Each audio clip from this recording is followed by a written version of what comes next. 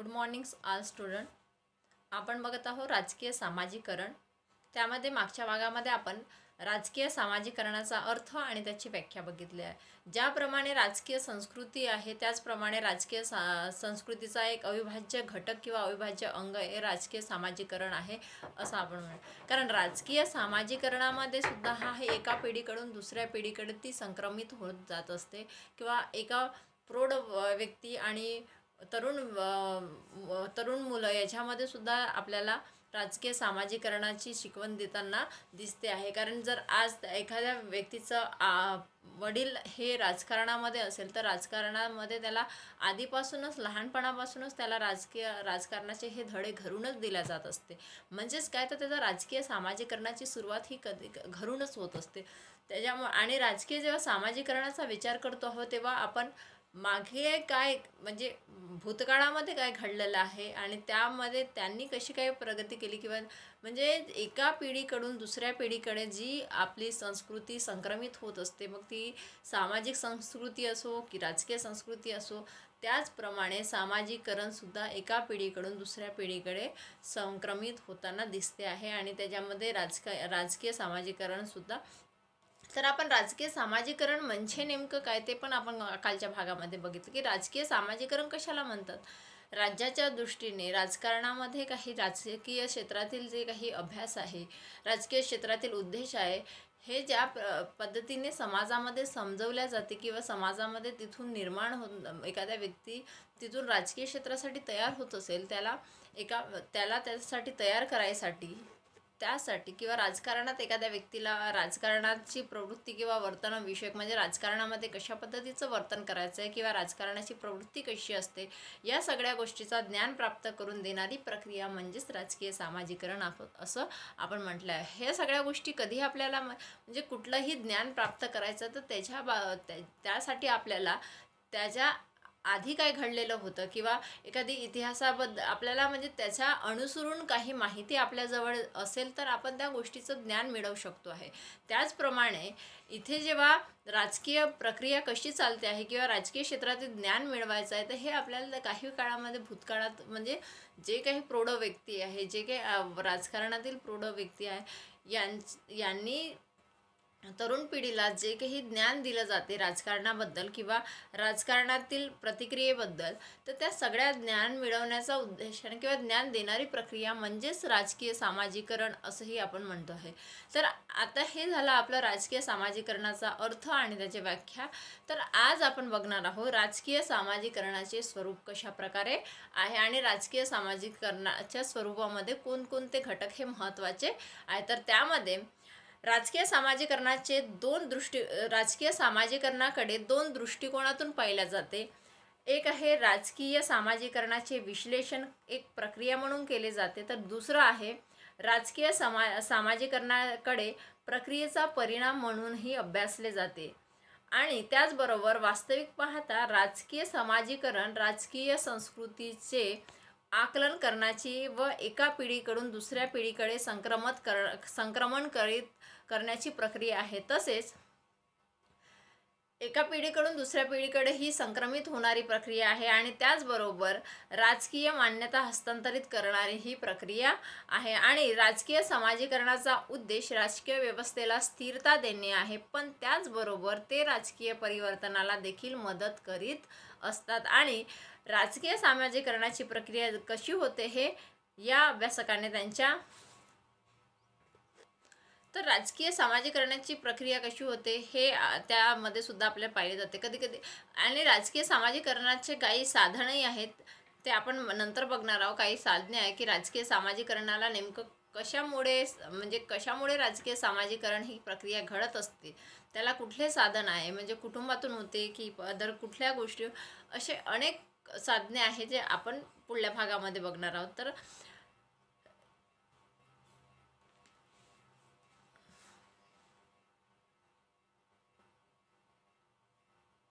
तर सामाजिकरणाच्या बाबतीत 5 प्रश्न आपल्याला दिसते. ते आहे या प्रक्रियेमध्ये कोण शिकत असतो, म्हणजे सामाजिकरणाच्या प्रक्रियेमध्ये नेमकं कोण शिकत असतो आणि काय शिकतो, त्याचबरोबर कुणाकडून शिकतो आणि कोणत्या परिस्थितीत शिकतो आहे, या शिकण्याचा काय प्रभाव पडेल.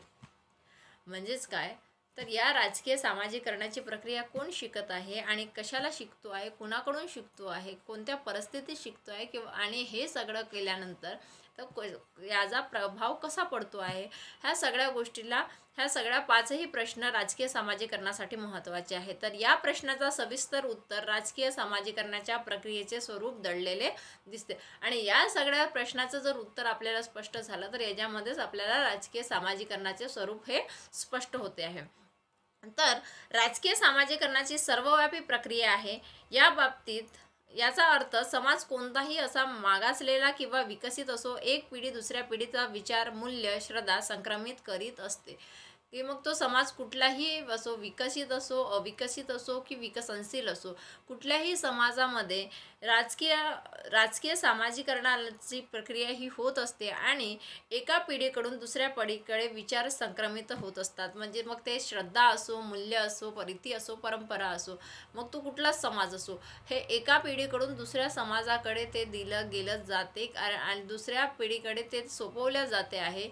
मग ती रूढी परंपरा असो की कारण आज वडील एखादी परंपरा चालवत आहे तर उद्या तीच परंपरा त्याचा मुलगाही चालवतो आहे किंवा त्या मुलाला तसे धडे दिले जाते आहे घरून. म्हणजेच काय, तर त्या समाजाची ही परंपरा सतत चालत असते आणि ती त्या पिढीनं पिढी चालवण्यासाठी, ती वारसाहान चालवण्यासाठी एका पिढीकडून दुसऱ्या पिढीकडे ती दिली जाते. मग तो समाज विकसित असो की अविकसित असो, ही परंपरा सततच आपल्याला चालताना दिसते आहे. त्याच्यानंतर राजकीय सामाजिकरण अव्याहत अखंडित चालणारी प्रक्रिया आहे. वडिलांची आज्ञापासून सत्तेचा संबंध येतो वर वडील झाल्यानंतर आज्ञा देण्याचा अधिकार प्राप्त होतो. कारण आपण हे बघतोच आहे, राजकारण म्हणजे सामाजिकरणाची प्रक्रिया ही राजकारणातच होत नाही तर कधी कधी घरातूनही आपल्याला दिसते आहे. तर आपल्याकडे पितृसत्ता कुटुंब पद्धती आहे. आपल्याला काय, वडिलाचा वर्चस्व हा घरावरती असतो आहे आणि वडिलाकडे ही घराची सत्ता असते. तर जोपर्यंत मुलगा हा वडील होत नाही तोपर्यंत तो वडील त्याच्यावरती सत्ता गाजवत असतात आणि जेव्हा तो मुलगा वडील होतो तेव्हा तो दुसऱ्यांवरती सत्ता गाजवत असते. ही अशी परंपरा आपल्याला चालताना दिसते. तर त्याच बाबतीमध्ये आपण राजकारणाचाही काही प्रकार आहे तसंच हे करू की एक गट दुसऱ्या गटावरती जोपर्यंत तो पदावरती येत नाही किंवा तो निवडून येत नाही तोपर्यंत तो सत्ता गाजवू शकत नाही. जेव्हा तो काही निवडून येतो तेव्हा तो सत्ता गाजवत असतो आणि त्याच्यानंतर जो काही त्या पदावरती आधी असतो आणि तो जर निवडून आला नाही तर तो सत्ता गाजवू शकत नाही. तर अशा प्रकारे राजकीय सामाजिकरणामध्ये चढ उतार चालताना दिसते आहे. त्यानंतर राजकीय सामाजिकरणाचे जनमत तयार केले जाते. समाजाचे आदर्श सांगून, इतिहास सांगून, गौरव घटना सांगून काही बाबतीत काही प्रश्नावर सहमती निर्माण करण्याचा प्रयत्न या प्रक्रियेद्वारे होत असते. आणि याच राजकीय सामाजिकरणाच्या प्रक्रियेमध्ये आपल्याला समाजाबद्दल किंवा काही ऐतिहासिक घटना घडलेल्या आहेत त्याच्याबद्दल माहिती दिली जाते. त्याचबद्दल समाजाचे आदर्श सांगले जाते की त्याबरोबर गौरव घटना सांगितल्या जातात की नाही असं यांनी असं केलं. म्हणजे जनमतावरती भर दिलं जाते. कारण आपली ही लोकशाही पद्धती आहे त्याच्यामध्ये काय, जनमत हा महत्त्वाचा असतो आणि जो जनमत म्हणजे लोकांना जर प्रभावित झाले, लोक जर स्वतः या सगळ्या गोष्टीमध्ये प्रभावित झाला किंवा लोकांचं मत हा आपण जर मिळवून घेतलं, त्यांचं मन हा व्यवस्थित वळवलं तर तो बरोबर राजकीय सामाजिकरणाकडे वळतो आहे. हे लक्षात ठेवून त्यासाठी त्या प्रक्रियेला काय घटक महत्त्वाचे आहे, लोकांचं मन कसं आपल्याला वळवता येईल, ह्या सगळ्या गोष्टी कशामुळे घडू शकतात, तर त्यामध्ये ऐतिहासिक काही गोष्टी असतात त्याच्यावरती भर दिलं जातं. काही गौरव घटना आहे त्याच्यावरती भर आणि समाजाचे आदर्श सांगितलं जातं की कुठल्या समाजाचं काय आदर्श आहे, कसा आहे, या गोष्टीवरती. आणि या सगळ्या गोष्टी सांगून आणि त्या प्रश्नावर सहमती निर्माण केली जाते आणि या सगळ्या प्रक्रियेमध्ये सामाजिकरणाची प्रक्रिया होत असते. त्याच्यानंतर राजकीय सामाजिकरणाचा साधारणतः सहज अनौपचारिक पद्धतीचा हेतू असते. पण क्रांतीद्वारे एखादी राजकीय व्यवस्था निर्माण झाली आणि तर तिला पूरक राजकीय संस्कृती निर्माण करण्यासाठी राजकीय सामाजिकरणाचा हेतू औपचारिक पद्धतीने धाक दाखवून बळजबरीने शिक्षणातून मुद्दाम केले जाते. जसं की चीनमध्ये ग्रेट लीप सांस्कृतिक क्रांती शिक्षणातील आमूलाग्र बदल घडवून याद्वारे सामाजिकरण प्रक्रियेचा प्रयत्न केला जातो. भारतात देखील धर्मनिरपेक्ष लोकशाहीची तत्त्वे व जीवन पद्धती रुजवण्यासाठी शिक्षणातून व अनेक माध्यमातून अनेक स्तरावरती राजकीय सामाजिक औपचारिकरित्या केल्या जाते. आणि राजकीय सामाजिकरणाच्या संदर्भात काही गोष्टी सांगायच्याच झाल्यास तर आपल्याला स्पष्ट सांगता येते की राजकीय संस्कृतीला दुसऱ्या पिढीत संक्रमित करून राजकीय व्यवस्था स्थिरता प्रदान करीत असते. आणि याचबरोबर राजकीय सामाजिकरणाद्वारे नवीन राजकीय संस्कृती निर्माण केली जाते. आणि उदाहरणार्थ 1917च्या रशियात, 1949च्या चीनमध्ये या गोष्टी घडून आलेल्या आहेत. आणि राजकीय सामाजिकरणाद्वारे एका पिढीच्या तिच्या काळात ज्या नव्याने गोष्टी, मूल्ये, विचार स्वीकारले असतात तेही संक्रमित होतात आणि पुढची पिढी मागच्या पिढीच्या गोष्टीबद्दल करून स्वीकारते. म्हणजेच की पुढची पिढी ही मागच्या पिढीबद्दलचे जे काही गोष्टी आहेत त्याच्यामध्ये बदल करून स्वीकारत असते. आणि त्या पद्धतीने निवडणुकीच्या वेळी भारतीय मतदानाची जी राजकीय मानसिकता होते ती 1976ला नव्हती. या उदाहरणात बदल झाला. म्हणजेच बघा की राजकीय सामाजिकरणाची ही प्रक्रिया तर घडत असते आणि हे घडत असताना पुढची पिढी मागची पिढीचा विचार करूनच समोरची पिढी ही त्याच्यामध्ये काही बदल घडवत आणत असते. म्हणजे आधी आपल्याकडे लोकांच्या मतावरती विश्वास होता किंवा लोकांनी त्यांचा जर काही निवडणूक मतदारसंघ असेल तर जो काही प्रतिनिधी असेल तो प्रतिनिधी कशा पद्धतीने लोकांना समजावत असेल किंवा लोकांचं जे काही म्हणणे आहे, जे लोकांचा विकास करायचे जे काही त्याचे उद्दिष्ट आहे तो लोकांपर्यंत व्यवस्थित आधी तो कशा पद्धतीने त्यांच्यापर्यंत पोहोचत होता त्याच्यावरती आत्ताची पिढी भर देते. आणि त्याच्यातून आपल्यामध्ये काय बदल करायला पाहिजे आहे आणि ते बदल तो घडवून आणत असतो. आणि त्याच्यानुसार मागच्या मतदानामध्ये आणि आताच्या मतदानामध्ये आपल्याला फार मोठा फरक दिसतो आहे. तर हे काय होते की एका पिढीकडून दुसऱ्या पिढीकडे तर राजकीय सामाजिकरण दिलं जाते पण त्याच्यामध्ये आपल्याला बदल झालेला दिसते आहे आणि बदल करून दिला जाते आणि ते बदल होतच असतो. कारण जसजसा समाजाचा विकास होतो, जसजसा समाजातील धर्मांचा विकास होतो, सगळ्या गोष्टींचा विकास होतो, देशाचा विकास होतो, राज्याचा विकास होतो, तेव्हा ह्या सगळ्या गोष्टी ॲटोमॅटिक ह्या राजकीय क्षेत्राचा सुद्धा आपल्याला विकास होताना दिसतो आहे. त्याच्यामुळे हा सगळा विकास आपल्याला होताना दिसतो आहे. त्यानंतर कधी कधी काय होतो की ग्रामीण भागामधले लोक आपल्याला शहरीकरणाकडे फार मोठ्या प्रमाणामध्ये जाताना दिसते आहे. म्हणजे नोकरी असो किंवा म्हणजे स्थलांतरण हा होताना दिसतो. तर जेव्हा हे ग्रामीण क्षेत्रातील लोक शहरी भागामध्ये येतात तेव्हा त्यांच्यामध्ये राजकीय क्षेत्रातील जो विचार आहे किंवा राजकीय क्षेत्राबद्दलचे काही विचार आहे हे त्याच्यामध्ये विकसित झालेले दिसत आहेत. आणि त्यामुळे सुद्धा कधी आपल्याला राजकीय सामाजिकरणामध्ये सुद्धा थोडा फार बदल होताना दिसतो आहे. तर कधी कधी सुसंचन दळणवळण आहे, नागरिकांना राजकीय संघटनाची माहिती आहे, त्यावरील प्रतिक्रिया आहे. त्याचबरोबर आता प्रत्येक लोकांना राजकीय घटनाला कुठला कलम आहे काय, ह्या सगळ्या घटना लोकांना माहिती झालेल्या आहे आणि लोकांपर्यंत पोहोचलेल्या आहे.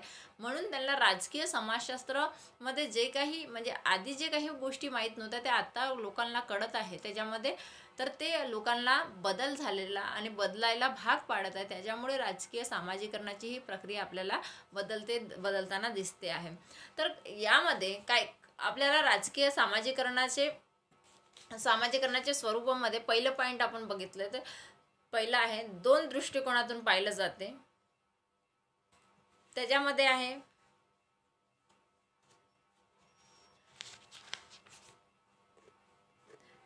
आहे एक राजकीय सामाजिकरणाचे विश्लेषण व एक प्रक्रिया म्हणून केले जाते. म्हणजे राजकीय सामाजिकरणाचे विश्लेषण एक ती प्रक्रिया आहे बा कुठली तरी प्रक्रिया होत आहे, कुठल्या तरी आपण एखाद्या गोष्टीवरती प्रक्रिया करत आहोत या दृष्टिकोनातून बघितल्या जाते.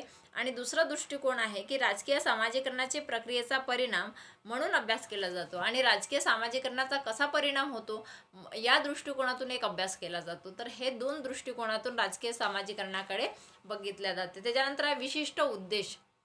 तर विशिष्ट उद्देश काय आहे राजकीय सामाजिकरणाचा उद्देश राजकीय व्यवस्थेला स्थिरता देणे आणि आपण त्याचबरोबर ते राजकीय परिवर्तन देखील करीत आहोत किंवा राजकीय सामाजिकरणाची प्रक्रिया कशी होते हे याच्याकडे बघणे. म्हणजेच आपण राजकीय सामाजिकरणाचा नेमका उद्देश काय, आपण राजकारणामध्ये जात आहे की राजकीय सामाजिकरण बदलायला पाहिजे की म्हणजे आपण कुठला तरी उद्देश पकडून त्या राजकीय सामाजिकरणाकडे जात असतो. त्याच्यानंतर आहे सार्वभौमिक प्रक्रिया. राजकीय सामाजिकरण सर्वव्यापी प्रक्रिया आहे, कारण ज्याप्रमाणे राजकीय संस्कृती सगळीकडे आहे त्याचप्रमाणे राजकीय सामाजिकरणाची ही सर्वव्यापी प्रक्रिया आपल्याला दिसत आहे प्रत्येक देशामध्ये, प्रत्येक राज्यामध्ये. त्याच्यामुळे ही सर्वव्यापी राजकीय प्रक्रिया आहे. याचा अर्थ समाज कोणताही असो, मग तो मागासलेला असो की विकसनशील असो की ती कुठलाही असो, तो एका पिढीकडून दुसऱ्या पिढीकडे ही राजकीय संस्था असेल, मूल्य असेल, श्रद्धा असेल, जे काही आहे ते एका पिढीकडून दुसऱ्या पिढीकडे दिली जाते आणि ते सार्वभौम प्रक्रिया असते. म्हणून राजकीय सामाजिकरण सुद्धा एक सार्वभौम प्रक्रिया आहे. त्याच्यानंतर सतत चालणारी प्रक्रिया आहे. जसं सामाजिक संस्कृती ही सतत चालणारी प्रक्रिया आहे, राजकीय संस्कृती ही पण सतत चालणारी प्रक्रिया आहे आणि त्यालाच अनुसरून कारण राजकीय सामाजिकरण हा राजकीय संस्कृतीचा एक अविभाज्य अंग आहे आणि त्यामुळे ही सतत चालणारी, जशी राजकीय संस्कृती ही सतत चालत असते, त्याच्यामध्ये काही बदल होत असते पण ती सतत चालत असते, त्याचप्रमाणे राजकीय सामाजिकरणाची प्रक्रिया सुद्धा आपल्याला सतत चालत असणारी दिसते आहे. त्याच्यानंतर आहे औपचारिक आणि अनौपचारिक स्वरूप. राजकीय सामाजिकरण साधारणतः सहज अनौपचारिक पद्धतीने होत असते, परंतु क्रांतीद्वारे एखादी राजकीय व्यवस्था निर्माण झाली तर तिला पूरक असा राजकीय संस्कृती निर्माण करण्यासाठी राजकीय सामाजिक हेतू औपचारिक पद्धतीने दाखवला जाते. कधी कधी काय होते की कुठेतरी दरारा दाखवून ही राजकीय सामाजिकरण निर्माण केले जाते किंवा मतही मिळवण्यासाठी जबरदस्ती केली जाते. तर ही औपचारिक आणि अनौपचारिक पद्धतीने सुद्धा राजकीय सामाजिकरण घडत असते. कधी कधी खंडित पण होते आहे. कधी कधी काय आहे की एखाद्या वेळेस राजकीय सामाजिकरणाची प्रक्रिया आपल्याला खंडित होताना दिसते आहे. की राजकीय सामाजिकरणाची प्रक्रिया अनेक कारणामुळे खंडित होते. उदाहरणार्थ, क्रांती होऊन भिन्न प्रकारची क्रांतिकारी राजकीय व्यवस्था सत्तेवर आल्यास राजकीय सामाजिकरण खंडित होते आणि प्रामुख्याने स्वाभाविक सहज समाजाद्वारे होणारी राजकीय सामाजिकरणात खंड पडतो. मोठ्या प्रमाणात लोकांनी स्थलांतर केल्यामुळे ग्रामीण भागातून शहरात व मोठ्या शहरात जेव्हा ग्रामीण लोकांचे स्थलांतरण होते तेव्हा त्यांचे परंपरागत राजकीय विचार असेल, दृष्टिकोन असेल, ते खंडित होतात. आणि शिवाय म्हणजे कधी कधी काय होतो, हे खंडित कधी होते तर जर मोठ्या प्रमाणामध्ये ग्रामीण क्षेत्रातील व्यक्ती हे शहरामध्ये येत आहेत तर कधी कधी काही लोक हे मतदानही टाकायला जात नाही. जर आपण असा विचार केला तर फारसे कधी कधी 70% 80%च आपल्याला मतदान होताना दिसतं. तर हे असं का होतं, तर हे कधी कधी खंडित तर यांचे विचारसरणी हे म्हणजे यांच्यावरती जो राजकीय सामाजिकरणाचा प्रभाव आहे तो कुठेतरी कमी पडलेला आहे किंवा कुठेतरी हे राजकीय सामाजिकरणाच्या प्रभावापासून दूर झालेले आहे, कारण यांचं स्थलांतरण झालेलं आहे किंवा यांच्या विचारसरणीमध्ये बदल पडलेला आहे, तेव्हा ही प्रक्रिया खंडित होताना दिसते आहे. तर अशा प्रकारे हे झाले राजकीय सामाजिकरणाचे स्वरूप. तर याच्यानंतर आपण राजकीय सामाजिकरणाचे महत्त्व आणि राजकीय सामाजिकरणाचे साधन हे बघणार आहोत पुढच्या भागामध्ये.